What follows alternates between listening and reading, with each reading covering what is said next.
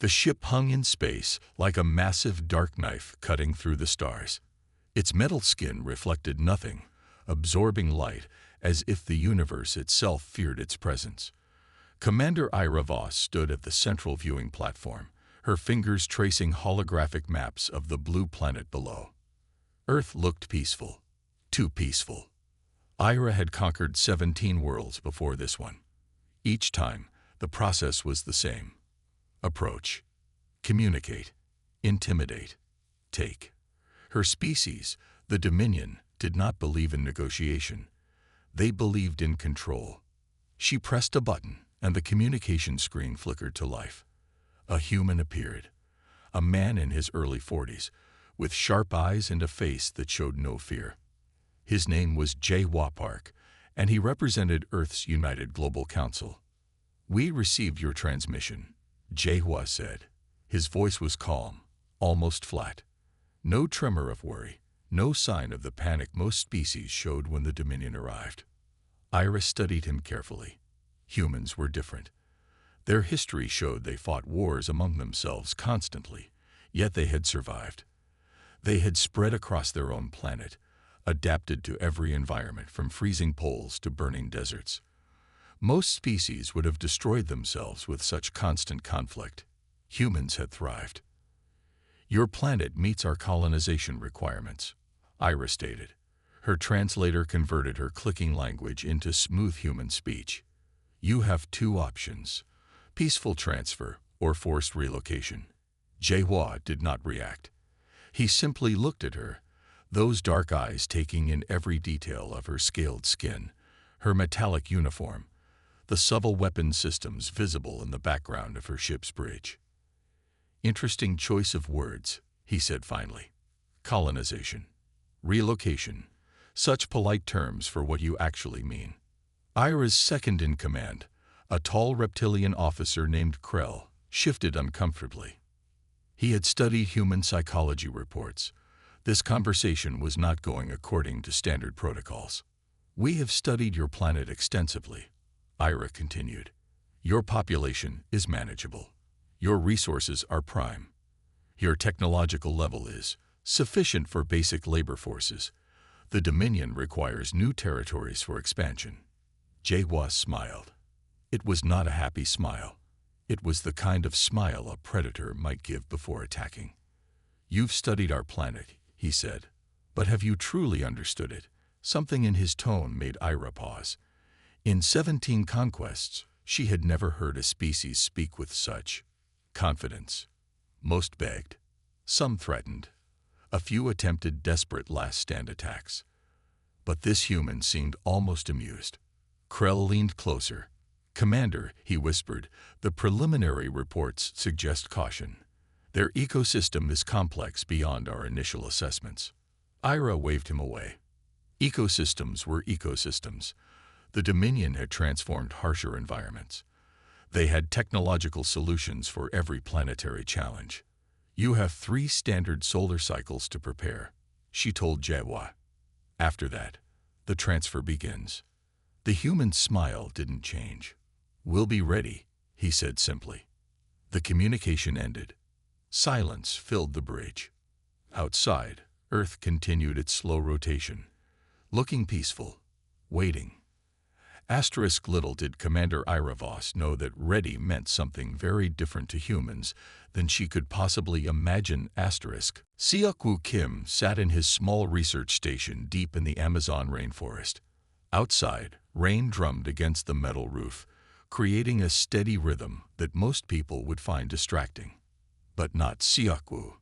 To him, the sound was a conversation, a complex language spoken by millions of living things. He had been a wildlife biologist for 20 years. But this was different.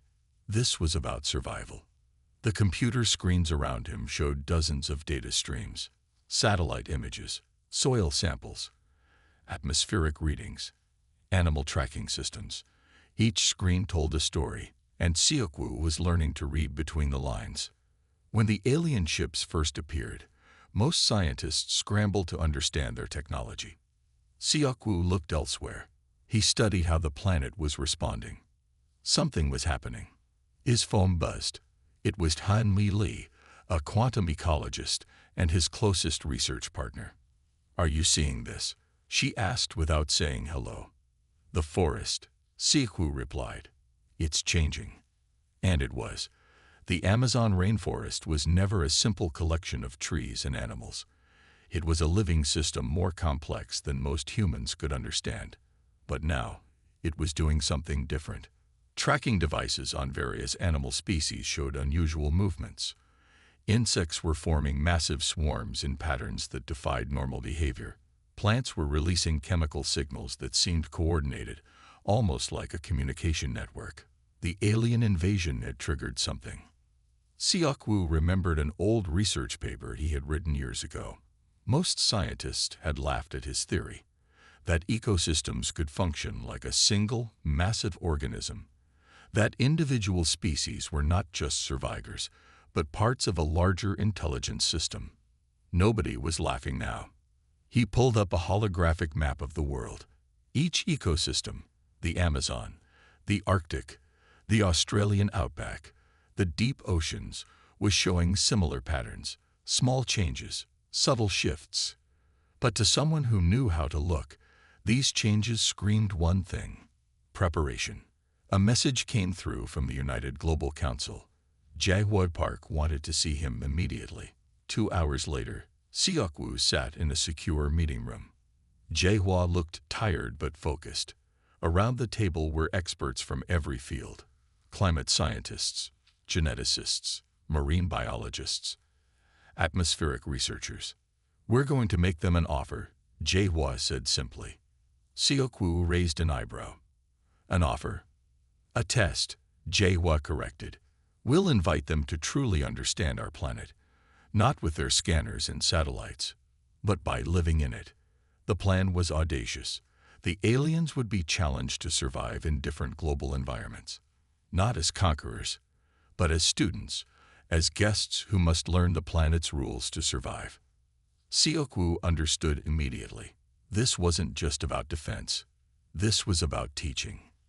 "They won't realize," he said softly, "that the planet is already preparing to defend itself." Jae smiled. A predator's smile. Exactly. Outside the window, a flock of birds moved in a perfect, synchronized pattern. In the Amazon, insects began to gather. In the oceans, marine life started to shift. Earth was listening, and it was ready to speak. Asterisk, the invitation would soon be sent, and nothing would be the same again. Asterisk. Commander Ira Voss looked at the challenge with a mixture of curiosity and mild amusement. Humans had proposed a test that seemed almost laughable to the Dominion's advanced civilization. Survive in 4 different Earth environments for 3 months. Simple enough. Her best teams were selected. Each group had the most advanced survival gear: protective suits that could withstand extreme temperatures, communication devices that worked in any condition, medical tech that could heal injuries instantly, scanning equipment that could analyze any environment within seconds. The first team would go to the Amazon rainforest, the second to the Arctic, the third to the Australian outback, the fourth to the deep oceans. They thought it would be easy. Lieutenant Mara Chen led the Amazon team. She was the Dominion's top survival expert. Her team of 6 included a medical specialist, 2 environmental analysts, a communication expert, and 2 combat-trained members. They were confident. Too confident. "This is a simple mission," Mara told her team as their transport ship descended into the dense green world below. Massive trees reached up like giant fingers. Mist hung everywhere. The air felt heavy, alive. Their first day seemed perfect. Scanning equipment worked flawlessly. They set up a base camp in a small clearing.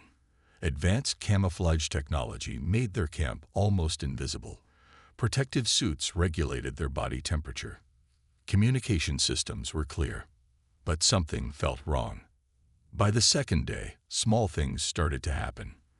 Their scanning equipment began to malfunction. First slowly, then more frequently. Electronic systems would shut down for no reason. Communication became spotty. Mara noticed the insects first. They were everywhere. Not just normal insects. These seemed different. They moved in patterns. Watched. Waited. On the third day, things got worse. The protective suits began to degrade. Not through any obvious damage. They simply started to break down at a molecular level. Tiny organisms, bacteria, fungi, something between plant and animal, began to eat through the advanced materials. "This is impossible," the team's tech specialist said, looking at his dissolving equipment. By the end of the first week, 3 team members had disappeared. No trace. Just gone. The jungle seemed to swallow them without a sound. The Arctic team fared no better. Extreme cold that should have been nothing to their advanced technology became a nightmare. Their heated suits failed. Navigation systems went crazy. The ice itself seemed to move in ways that defied natural laws. In the Australian outback, the sand became an enemy. Technology that should have protected them from heat and radiation simply stopped working. Creatures that should have been harmless became threats. Small animals worked together in ways no scientific model could explain. The ocean team discovered something even more terrifying. Marine life began to coordinate. Dolphins, whales, schools of fish. They moved with an intelligence that suggested something more than simple animal behavior. Commander Ira Voss watched the mission reports with growing concern. This was not going according to plan. Back on the ship, Krell, her second in command, looked worried. "These are not normal planetary conditions," he said. "Something is wrong." Ira knew he was right. But what?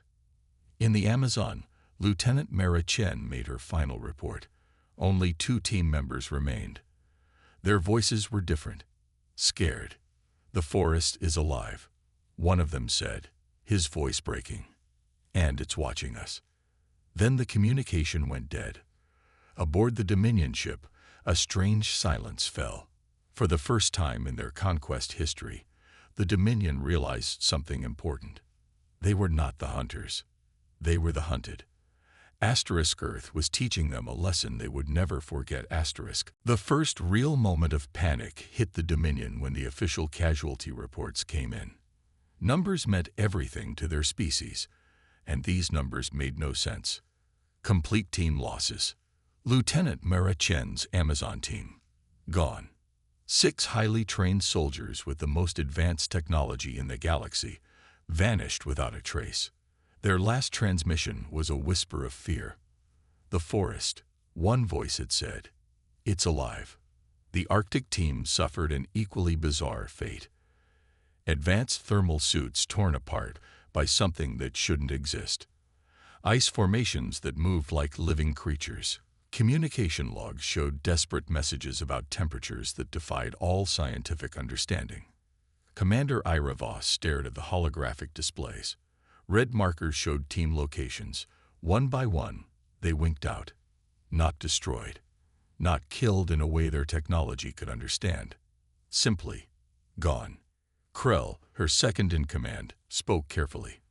"We've never lost an entire reconnaissance team before." The Australian Outback team's final report was the strangest. Their last transmission showed nothing but static. And then a sound. Not quite an animal. Not quite human. Something in between. Something that seemed to laugh. In the deep ocean, things were even more mysterious. Underwater drones stopped responding. Communication bubbles went silent. The vast blue world seemed to swallow their technology whole. Hanli Li sat in her research station, watching the alien responses. She understood something the aliens did not. Earth was not just a planet. It was a living system. And right now, that system was responding to an invasion. "They don't get it," she said to Seok-woo Kim, who was reviewing the latest data. "They think they're studying the planet, but the planet is studying them." Seok-woo nodded. Years of ecological research had taught him one thing. Nature always finds a way. On the Dominion ship, panic began to spread. These were not typical mission failures. Something was wrong. Very wrong. Commander Ira Voss called an emergency meeting. The large circular room filled with her top commanders. Holographic displays showed fragmented mission data, each report more impossible than the last. "Explain," she demanded. No one could. The Amazon team's last known location showed nothing. Satellite images revealed a dense forest, unchanged. No signs of battle. No signs of destruction. Just trees, endless green trees that seemed to watch. In the Arctic, ice formations had shifted in ways that defied geological understanding. Entire research platforms disappeared, not destroyed, simply relocated, as if the ice itself had decided to move them. The Australian Outback team's final GPS coordinates showed something impossible. Their tracking devices were found inside rock formations, not buried, not dropped, literally inside solid stone, as if the rocks had swallowed them. The ocean team's final moments were captured by a single underwater drone. The video showed marine life moving with an intelligence that was not random. Coordinated, planned. "This is impossible," one of the commanders said. Ira knew better. Nothing was impossible, just not yet understood. Krell brought up the latest communication from Earth's leaders. HFY Park's message was simple. "Are you beginning to understand?" It read. Understanding was not what the Dominion did best. Conquering was their specialty. But for the first time in their history, the Dominion was being taught a lesson. Earth was not just a planet to be claimed. Earth was a living weapon, and it had just begun to fight back. Asterisk. The first casualties were just the beginning. Asterisk. Hyun-Mi Lee stood in front of a wall of screens, her eyes moving faster than most people could follow. Numbers, graphs, satellite images, ecological data. Something was happening, and she was the first to see it clearly. Earth was alive, not in the way poets talked about, not in some romantic sense, but in a way that science could barely understand. Her phone buzzed. Seok-woo Kim's name flashed on the screen. "You need to see this," he said without hello. An hour later, they sat in a secure research facility. Around them, screens showed data from every corner of the planet. The Amazon rainforest, the Arctic ice sheets, the Australian outback, the deep oceans. Each ecosystem was changing. "It's a network," Hyun-Mi explained. She pulled up a complex holographic model. Streams of information connected different parts of the planet like a massive living brain. Seok-woo understood immediately. For years, he had studied how different species worked together. But this was something more. The planet wasn't just supporting life. It was managing life, controlling it. The alien invasion had triggered something. "The ecosystems are communicating," Seok-woo said, "but not like we thought before. This is different." Microscopic organisms were changing. Bacteria in the soil, tiny creatures in the ocean, insects in the forest. They were moving in patterns that defied normal scientific understanding. Not random, not chaotic, planned. HFY Park entered the room. He looked tired but focused. The leader of Earth's United Global Council had been preparing for this moment his entire life. "Tell me everything," he said. Hyun-Mi pulled up a new set of images. "Look at the insect populations," she said. "They're reorganizing, not just in one place, everywhere." The data was clear. Insects were forming massive networks. Ants in the Amazon moved in perfect geometric patterns. Bees created hive structures that seemed to predict alien movement. Even the smallest creatures were becoming something more. "It's like the planet has an immune system," Seok-woo said. "And we just triggered a response." The alien invasion was more than just a military challenge. It was a biological test, and Earth was preparing its defense. In the Amazon, entire sections of the forest began to change. Trees grew closer together. Root systems connected in ways that defied botanical understanding. Plants that were normally separate started to share resources, communicate. The Arctic ice began to move, not melt. Move, like a living creature stretching its muscles. In the Australian outback, The seemingly dead landscape came alive. Small plants connected underground. Rocks seemed to shift. Water sources that had been dry for years suddenly found new paths. The oceans were even more dramatic. Whales began to move in patterns that looked like military formations. Dolphins created complex communication networks. Even the smallest sea creatures started to work together. "They don't understand," Hanmei said softly. "The aliens think they're invading a planet, but they're actually fighting a single massive organism." Jaehua looked at the screens. "And we're part of that organism," he said. For the first time, humans weren't separate from nature. They were a key part of its defense system. The alien ships in orbit would soon learn a painful lesson. Earth was not just a planet to be conquered. Earth was a living weapon, and it had just decided to fight back. Asterisk, the awakening had begun. Asterisk. Commander Ira Voss watched the screens with growing horror. Nothing made sense anymore. Her sophisticated technology was failing. Underwater probes disappeared without a trace. Satellite systems went crazy. Communication signals twisted into strange patterns that her best technicians couldn't understand. "Explain this," she demanded, pointing at a screen showing impossible data. Krell, her second in command, looked pale. "I cannot," he admitted. The words were painful for a Dominion officer to say. The ship's medical systems had stopped working first. Healing technology that could cure almost any injury now produced nothing but error messages. Their advanced protective suits began to break down. Not from physical damage. Something was eating them from the inside. In the Amazon, their cameras showed impossible scenes. Trees that seemed to move, not swaying in wind, actually moving. Roots that stretched like fingers. Leaves that changed color in patterns that looked like communication. The Arctic team's last messages played on repeat. "The ice is alive," one voice said. "It's watching us." Sharks began to disable their underwater probes. Not by attacking, by understanding them. Somehow, the marine life was learning their technology faster than they could protect it. Insects became their worst nightmare. Small creatures that should have been nothing more than background noise now worked with terrifying precision. They found every weakness in the Dominion's technology. Tiny creatures broke down communication systems, destroyed tracking devices. "This is impossible," Krell repeated. Ira knew better. Nothing was impossible, just not yet understood. Her species had conquered 17 worlds before this. They had faced every type of planetary defense. Advanced civilizations, technological traps, biological challenges. But this was different. Earth wasn't just defending itself, it was hunting them. The medical bay was the first to show real trouble. Alien crew members began to get sick. But it wasn't a normal sickness. Their bodies were changing, adapting, fighting back against something they couldn't see.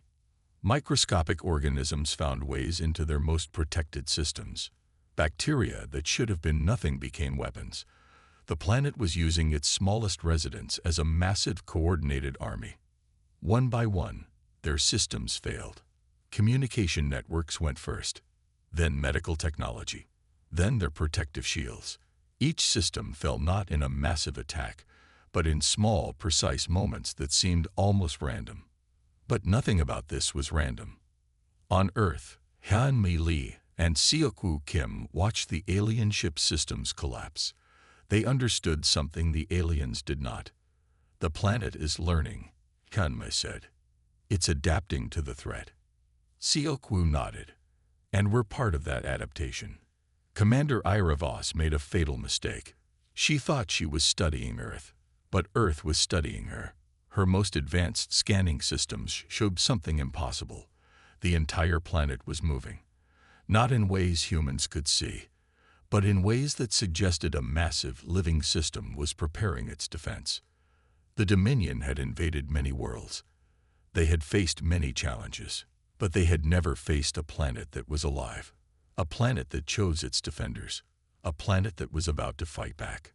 Asterisk, The turning point had arrived. The United Global Council meeting room was silent. HFY Park stood at the center, surrounded by the world's best minds. Hyun-Mi Lee and Seok-Woo Kim sat to his right, their screens showing real-time planetary data that looked more like a living heartbeat than scientific charts. "We are not fighting," HFY said quietly. "We are part of the defense."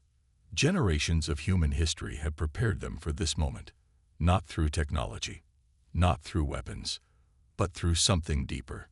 Humans had learned to survive everywhere: deserts, Arctic zones, deep oceans, burning mountains, frozen tundras. They did not conquer environments. They learned to live with them. Every ecosystem on the planet was now working together. The Amazon rainforest communicated with Arctic ice sheets. Ocean currents spoke to desert winds. Mountain rocks shared information with deep-sea creatures. And humans were the translators.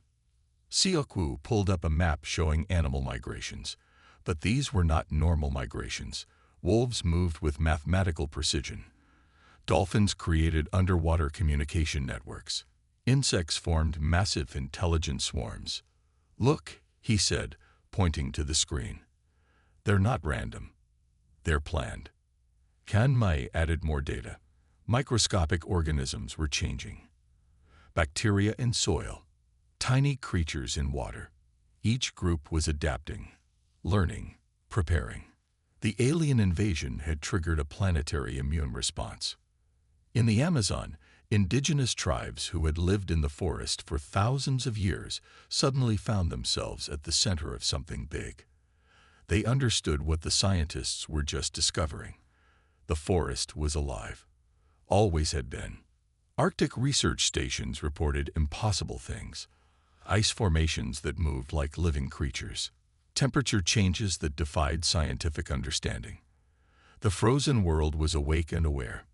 Marine biologists watched in shock as ocean life reorganized.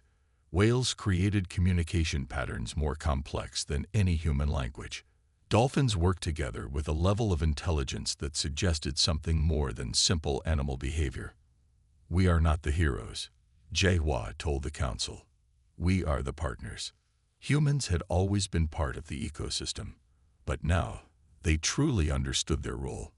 The alien ship in orbit was failing, its technology crumbling, not through direct attack, but through a slow, careful response from every living thing on the planet. Bacteria broke down their medical systems. Insects destroyed their communication networks. Ocean creatures disabled their underwater probes. The planet was using its smallest residents as a massive, coordinated defense system. Seok-Woo remembered his old research. Most scientists had laughed when he suggested ecosystems could function like a single, massive organism. Nobody was laughing now.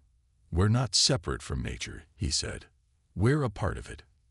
Hyun-Mi's screen showed something amazing. The entire planet was moving. Not in ways humans could easily see, but in ways that suggested a massive, living system was preparing its defense. HFY looked at the final reports. The alien ship was losing power. Its systems were failing, not through human weapons, but through the planet's own response. "They thought they were invading," he said softly, "but they woke something up." Earth had chosen its defenders, and humanity was just beginning to understand the depth of that choice. The planet was alive, and it was fighting back. Commander Ira Voss stared at the ship's main screen. Nothing worked anymore. Her most advanced technology had become nothing more than expensive metal and circuit boards. The Dominion had never retreated. Never. But today was different. Her ship was dying. Slowly, painfully, not from direct attacks, but from something worse. The planet was breaking them down, piece by piece, system by system. Krell approached her, his scaled skin looking pale. "We must leave," he said. The words felt like broken glass in his mouth. 17 worlds. The Dominion had conquered 17 worlds before this one. Each time, their victory had been quick, clean, efficient. This was nothing like those conquests. Earth was different. The communication systems showed nothing but static. But it wasn't normal static. It was alive, changing, moving, like something was talking through the broken technology. Underwater probes had disappeared completely. Marine life had somehow learned their technology faster than they could protect it. Whales and dolphins moved in patterns that looked like military formations. Sharks disabled their most advanced scanning equipment. In the Amazon, the forest itself seemed to breathe. Trees moved, not swayed. Moved. Roots stretched like fingers. Leaves changed color in patterns that looked like complex communication. The Arctic ice had become a living nightmare. Temperature readings made no sense. Ice formations shifted and changed, moved like a massive, living creature. How? Ira whispered. No world had ever defended itself like this. Her medical bay was a horror. Crew members were changing, their bodies fighting against something they couldn't see. Microscopic organisms found ways into their most protected systems. Bacteria became weapons. The first order to retreat came from the highest command, something the Dominion had never done in their entire history. Abandon the mission. The message read, simple words that meant everything. Krell watched the preparation. Survival pods were being prepared, but he knew something was wrong. They might launch the pods, but would they actually escape? Earth was watching. On the planet's surface, Jae-hwa Park stood with Hyun-mi Lee and Seok-woo Kim. They watched the alien ship's systems collapse. The planet is learning, Hyun-mi said, adapting to the threat. Seok-woo nodded, and were part of that adaptation. The alien fleet began to move, slowly at first, then faster. Retreat was not a choice anymore. It was a necessity. Commander Ira Voss made her final log entry.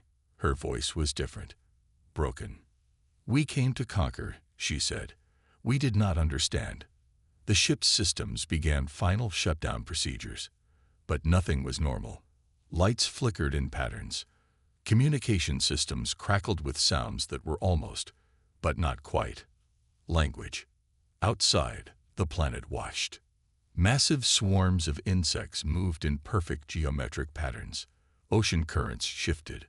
Forest roots connected in ways no technology could understand.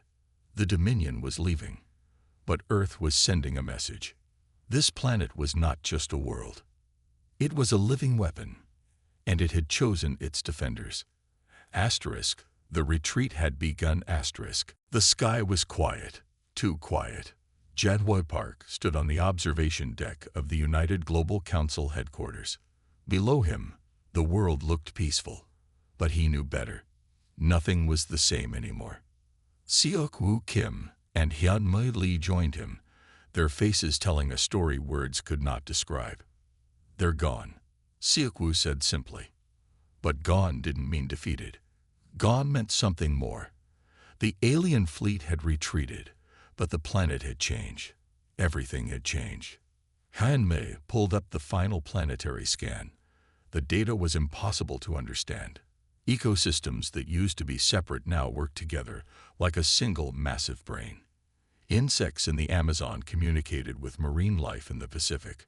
Arctic ice shared information with desert bacteria. Humans were no longer just inhabitants. They were partners. The first reports came from research stations around the world. Something fundamental had shifted. Animal behaviors changed. Plant communication became more complex. Even the smallest organisms showed signs of a new kind of intelligence. In the Amazon, indigenous tribes reported trees that seemed to move with purpose, not random movement, planned movement, as if the forest was thinking. Arctic research teams discovered ice formations that changed shape in response to environmental conditions, not slowly, but quickly, intelligently. Marine biologists watched in shock as ocean life reorganized. Whale pods created communication networks more complex than any human language. Dolphins worked with a level of coordination that suggested something more than simple animal behavior. We are not the controllers, Jae-hwa said quietly. We are the partners.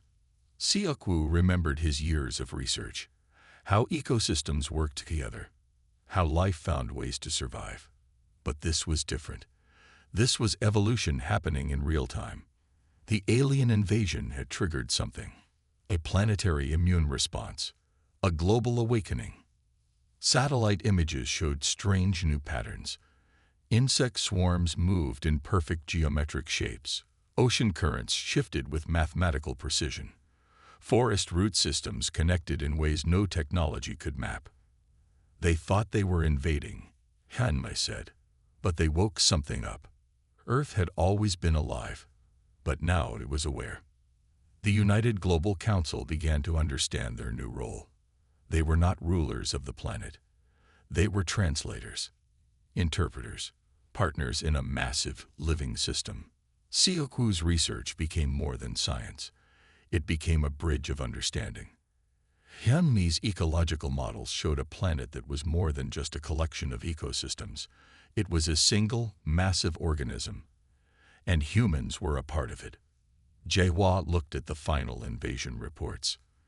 The alien technology had been completely broken down, not destroyed, absorbed, understood. The planet had learned from the invasion and grown stronger. Small changes happened everywhere. Plants communicated more effectively. Animals showed increased intelligence. Microscopic organisms became more adaptable. Humans were learning too. Their connection to the planet was no longer just about survival. It was about partnership. The alien fleet was gone, but something new had arrived. A world that was truly alive, a planet that chose its defenders.